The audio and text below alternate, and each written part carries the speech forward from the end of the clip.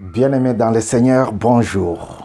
Shalom, shalom de partout où vous vous retrouvez. Je reviens vers vous ici sur Mokolo Télévision dans votre émission Je lis pour toi. Aujourd'hui encore, je lis pour toi. Mais quand tu seras libre, continue la lecture. Aujourd'hui, le 16 avril 2021, je lis pour vous. Mais quand vous serez libre, continuez la lecture. Très heureux aujourd'hui, très content de saluer ma sœur Annie Ndiako. Annie Ndiako qui, quand elle prend le métro, elle lit avec nous. Que Dieu vous bénisse et vous fortifie avec Christian. Christian qui a perdu son papa il n'y a pas longtemps et nous prions à ce que Dieu puisse le fortifier.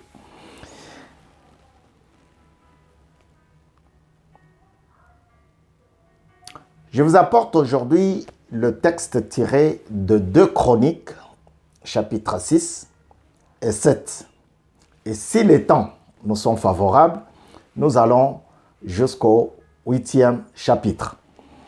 Que le Seigneur bénisse sa parole. C'est parti. Inauguration du temple.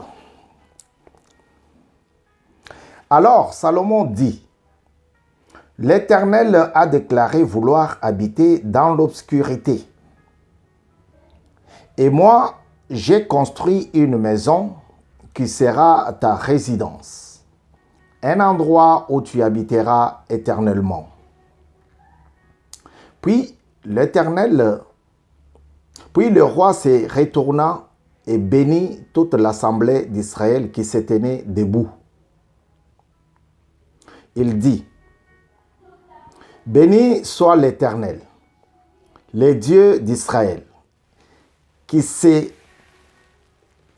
de sa bouche a parlé à mon père David et qui accomplit par sa puissance ce qu'il avait déclaré.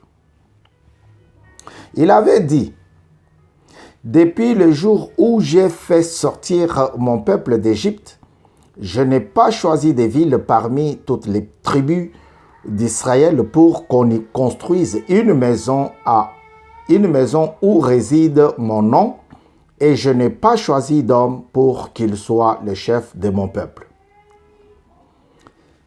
d'Israël. Mais j'ai choisi Jérusalem pour que mon nom y réside, et j'ai choisi David pour qu'il règne sur mon peuple Israël. David, mon père, avait l'intention de construire une maison en l'honneur de l'Éternel, le Dieu d'Israël. Et l'Éternel a dit à mon père David: Tu as eu l'intention de construire une maison en l'honneur de mon nom, et tu as bien fait. Seulement, ce ne sera pas toi qui le feras, ce sera ton fils, celui qui est issu de toi, qui construira cette maison en l'honneur de mon nom. L'Éternel a accompli la parole qu'il avait prononcée. Je me suis élevé à la place de mon père David et me suis assis sur le trône d'Israël comme l'avait annoncé l'Éternel. Et j'ai construit cette maison en l'honneur de l'Éternel, le Dieu d'Israël. J'y ai placé les coffres qui contiennent l'alliance de l'Éternel, l'alliance qu'il a conclue avec des Israélites. Salomon se plaça devant l'autel de l'Éternel en face de toute l'assemblée d'Israël et il tendit ses mains. En effet, il avait fait faire une estrade en bronze et l'avait fait installer au milieu du parvis. Elle faisait 2,5 mètres de long et de large et 1,5 mètre de haut. Il s'y plaça, se mit à genoux en face de toute l'assemblée d'Israël, tendit ses mains vers le ciel et dit: L'Éternel Dieu d'Israël, il n'y a aucun Dieu qui soit ton pareil, ni dans le ciel, ni sur la terre. Tu gardes ton alliance et ta bonté envers tes serviteurs, envers ceux qui marchent devant toi de tout leur cœur. Ainsi, tu as tenu parole envers ton serviteur David, mon père. Ce que tu avais déclaré de ta bouche, tu l'accomplis aujourd'hui par ta puissance. Maintenant, Éternel, Dieu d'Israël, respecte la promesse que tu as faite à mon père David, lorsque tu as dit: tu ne manqueras jamais devant moi d'un successeur pour siéger sur le trône d'Israël, pourvu que tes descendants veillent sur leur conduite en suivant ma loi, tout comme tu as marché devant moi. Maintenant, qu'elle s'accomplisse, Éternel, Dieu d'Israël, la promesse que tu as faite à ton serviteur David. Mais quoi? Dieu pourrait-il vraiment habiter avec l'être humain sur la terre? Puisque ni le ciel, ni les cieux des cieux ne peuvent te contenir, cette maison que j'ai choisie, que j'ai construite, le pourrait d'autant moins. Toutefois, Éternel, mon Dieu, sois attentif à la prière de ton serviteur, à sa supplication. Écoute les cris et la prière que t'adresse ton serviteur. Que tes yeux soient jour et nuit ouverts sur cette maison, sur cet endroit, puisque tu as dit vouloir y faire résider ton nom. Écoute la prière que ton serviteur fait à cet endroit. Veille écouter les supplications de ton serviteur et de ton peuple Israël lorsqu'ils prieront à cet endroit. Écoute-le de l'endroit où tu résides, du haut du ciel, écoute-les et pardonne-leur. Peut-être que quelqu'un péchera-t-il contre son prochain et lui imposera-t-on de prêter serment avec une malédiction? S'il vient jurer devant ton autel, dans cette maison, écoute-le du haut du ciel. Agis et juge tes serviteurs. Rends l'appareil au coupable en faisant retomber sa conduite sur sa tête, mais rends justice à l'innocent en le traitant conformément à son innocence. Peut-être Israël, ton peuple, connaîtra-t-il la défaite devant l'ennemi pour avoir péché contre toi? S'ils reviennent à toi et célèbrent ton nom, S'il s'adresse des prières, s'il t'adresse des prières et des supplications dans cette maison, écoute-les du haut du ciel. Pardonne le péché de ton peuple, d'Israël, et ramène-les sur les territoires que tu leur as donnés à eux et à leurs descendants et à leurs ancêtres. Admettons que le ciel soit fermé et qu'il n'y ait plus de pluie à cause de leurs péchés contre toi.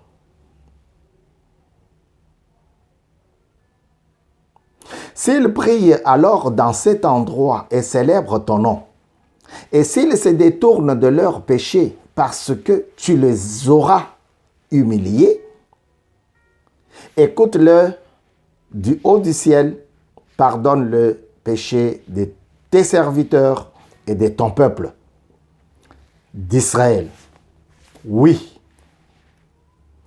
Enseigne-leur alors la bonne voie, celle dans laquelle ils doivent marcher. Et fais venir la pluie sur la terre que tu as donnée en héritage à ton peuple.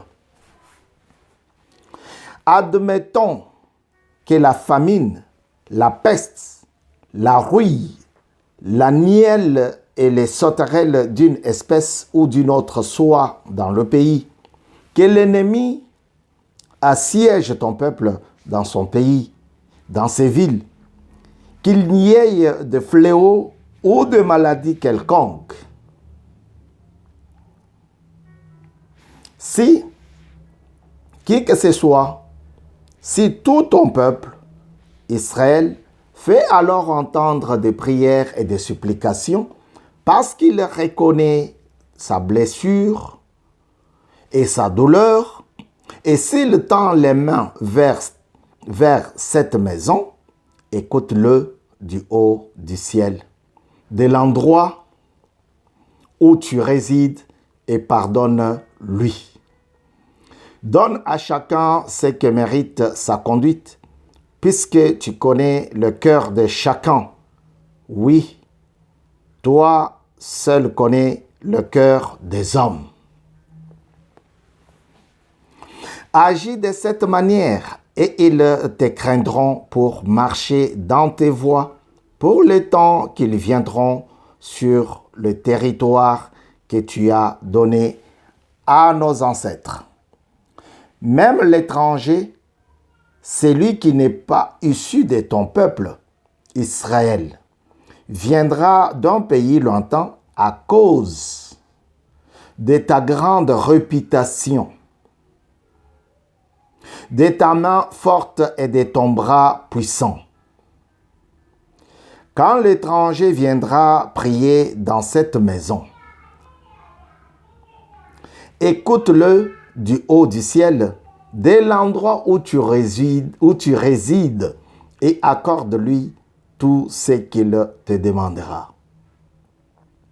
Ainsi, tous les peuples de la terre connaîtront ton nom et te craindront comme le fait d'Israël, ton peuple, et ils sauront que ton nom est associé à cette maison que j'ai construite.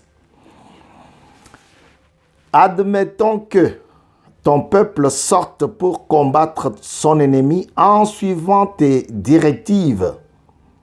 S'il t'adresse alors des prières, le regard tourné vers cette ville, celle que tu as choisie, et vers la maison que j'ai construite en l'honneur de ton nom, écoute du haut du ciel leurs prières et leurs supplications et faites-leur droit. Admettons qu'ils pêchent contre toi, puisqu'il n'y a aucun homme qui ne commette pas de péché, et que tu sois irrité contre eux au point de les livrer à l'ennemi qui les déportera dans un autre pays. lointain ou proche. S'ils se mettent alors à réfléchir dans le pays où ils seront exilés, s'ils reviennent à toi et t'adressent des supplications dans le pays de leur déportation en disant: nous avons péché, nous avons commis l'injustice, nous avons fait le mal, oui. S'ils reviennent à toi de tout leur cœur et de toute leur âme, dans le pays de leur déportation, celui où on les aura exilés, s'ils t'adressent des prières,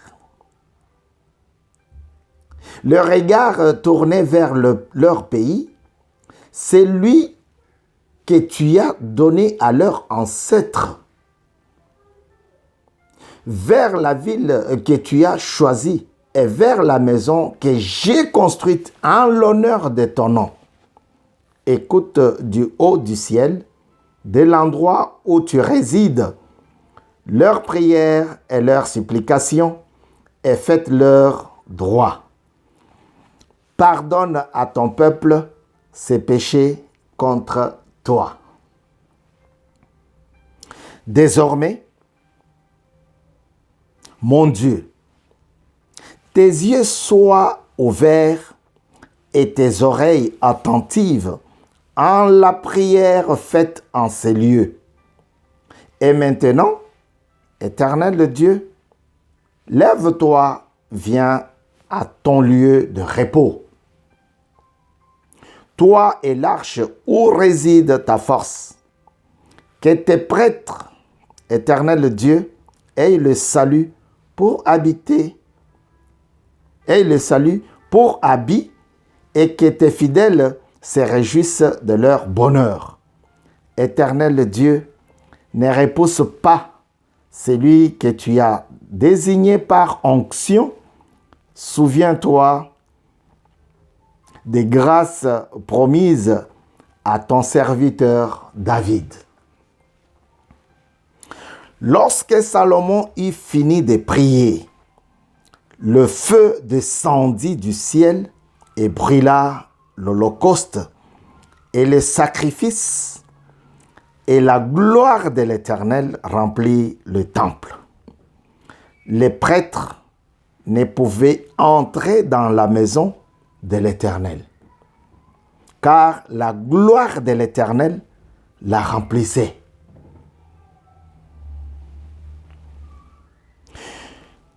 Tous les Israélites vinrent descendre le feu et la gloire de l'Éternel sur le temple.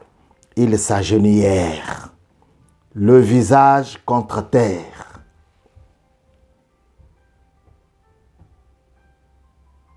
Sur le pavé, ils adorèrent et célébrèrent l'Éternel en disant: il est bon. Oui, sa bonté dure éternellement. Le roi et tout le peuple offrirent les sacrifices devant l'Éternel. Le roi Salomon offrit 22 000 bœufs et 120 000 brebis en sacrifice. C'est ainsi que le roi et tout le peuple firent la dédicace de la maison de Dieu.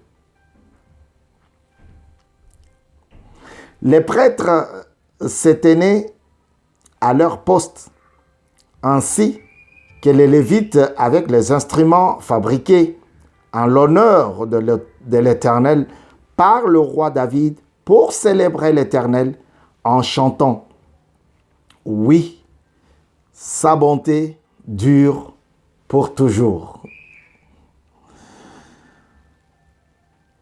D'après les cantiques que David leur avait transmis,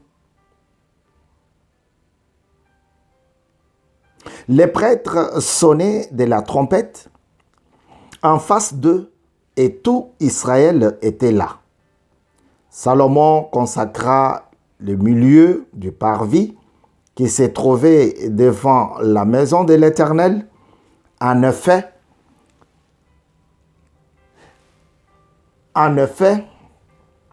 c'est là qu'il offrit les holocaustes et les graisses des sacrifices de communion, parce que l'autel en bronze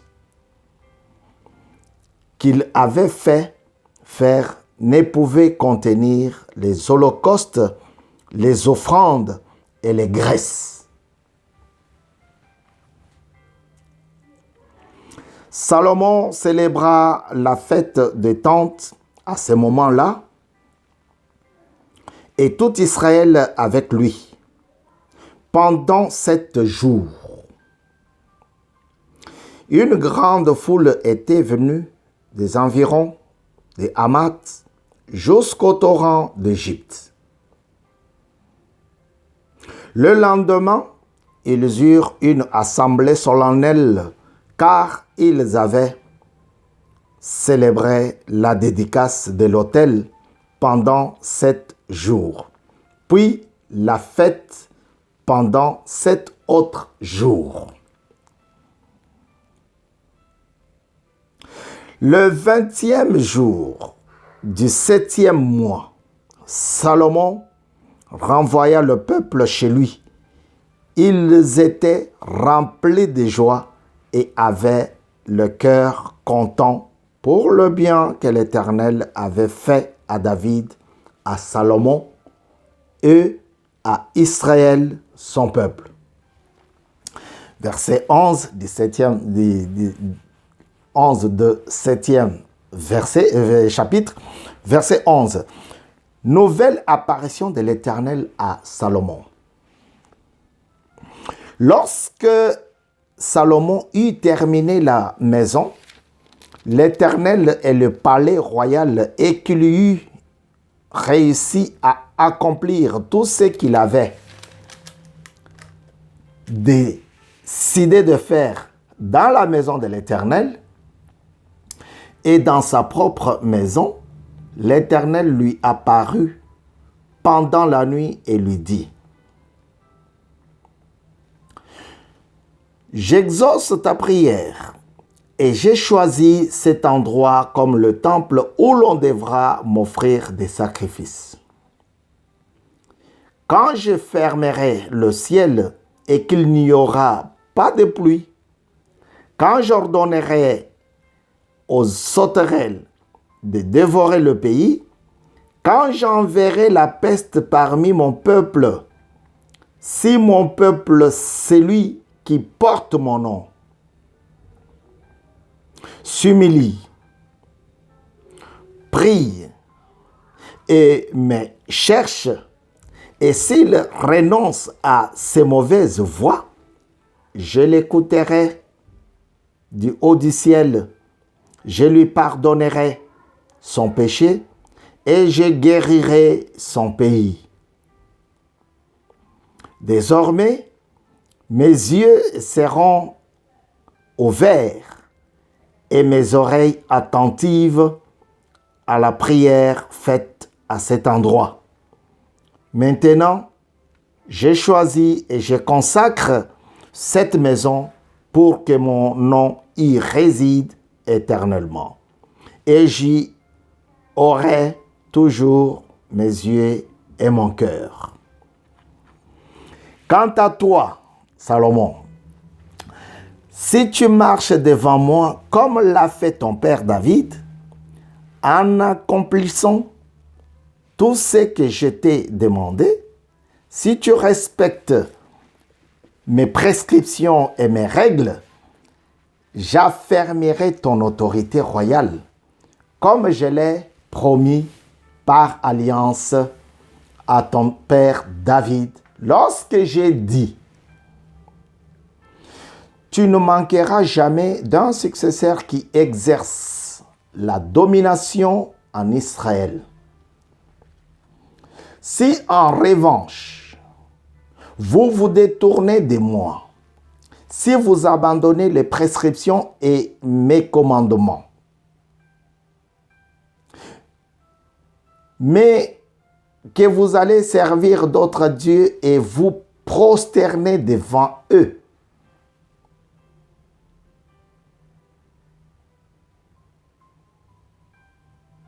Je vous arracherai de mon territoire que je vous ai donné et je jetterai loin de moi cette maison que j'ai consacrée en l'honneur de mon nom. Et j'en ferai un sujet de proverbes et de railleries. Parmi tout le peuple, si important que était ce temple, toute personne qui passera près de lui sera dans l'étonnement et dira: pourquoi l'Éternel a-t-il traité de cette manière ce pays et ce temple? Et l'on répondra: c'est parce qu'ils ont abandonné l'Éternel, les dieux de leurs ancêtres, qui les avait fait sortir d'Égypte, parce qu'ils se sont attachés à d'autres dieux, se sont prosternés devant eux et les ont servis. Voilà pourquoi il a fait venir, tout ce malheur sur eux. Parole du Seigneur. Et puisque les temps nous sont favorables, nous allons continuer le chapitre 8 par la puissance du Saint-Esprit. Lui, le véritable guide. Tellement c'est bon. Chapitre 8. Travaux de construction de Salomon. Au bout de 20 ans, Salomon avait construit la maison de l'Éternel et son palais. Il reconstruisit alors les villes que lui avait données Hiram et installa des Israélites. Salomon marcha contre Hamath Tsoba et s'en empara. Il reconstruisit Tadmor dans le désert, ainsi que toutes les villes qui servaient d'entrepôt dans la région de Hamath. Il reconstruisit Beth-Horon la haute et Beth-Horon la basse. Des villes fortifiées, munies de murailles, des portes et des verrous.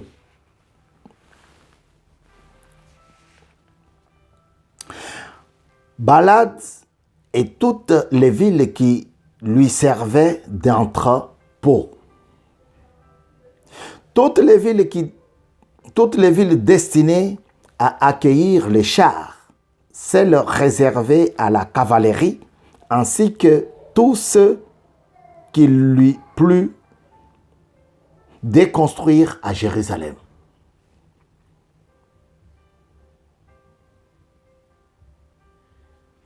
Au Liban et sur tout le territoire dont il était le souverain.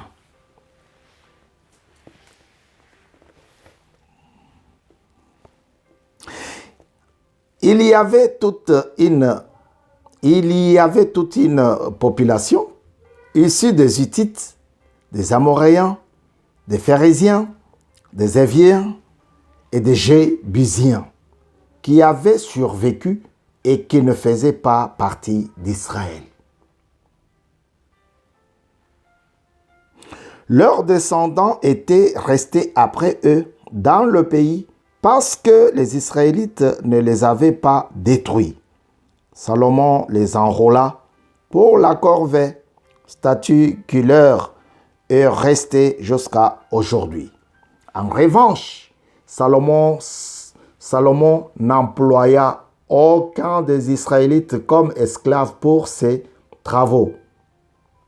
Ils étaient des hommes de guerre, les chefs de ses écuyers, les commandants de ses chars et de sa cavalerie.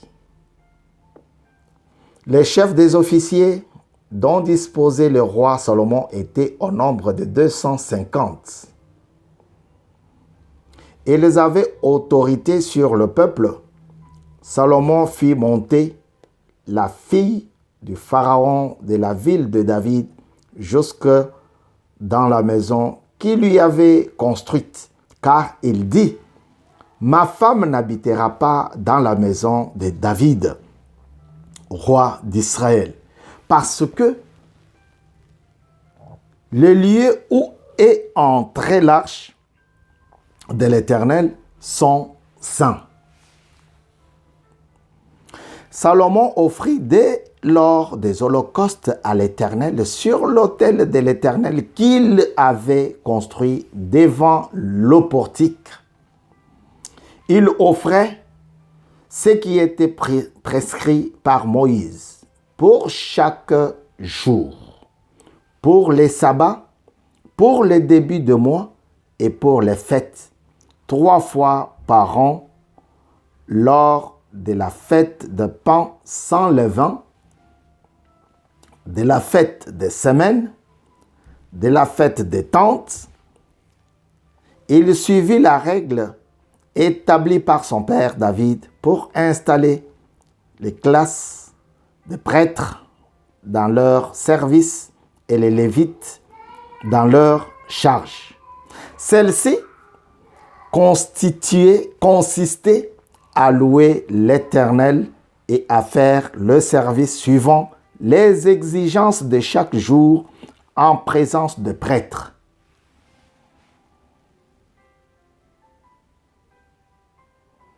Il répartit aussi les portiers entre les diverses portes d'après leur classe, car c'était ce qu'avait ordonné David, l'homme de Dieu. On ne s'écarta en rien de l'ordre du roi à propos de prêtres et de lévites, pas même pour ce qui concernait les trésors. Tout le travail de Salomon fut solidement affermi depuis le jour où l'on posa les fondations de la maison de l'Éternel jusqu'à celui où elle fut terminée. C'est ainsi que la maison de l'Éternel fut terminée. Salomon partit alors pour Etjon-Geber et Élat, sur les bords de la mer de Roseau, dans le pays d'Édom. Et Hiram lui envoya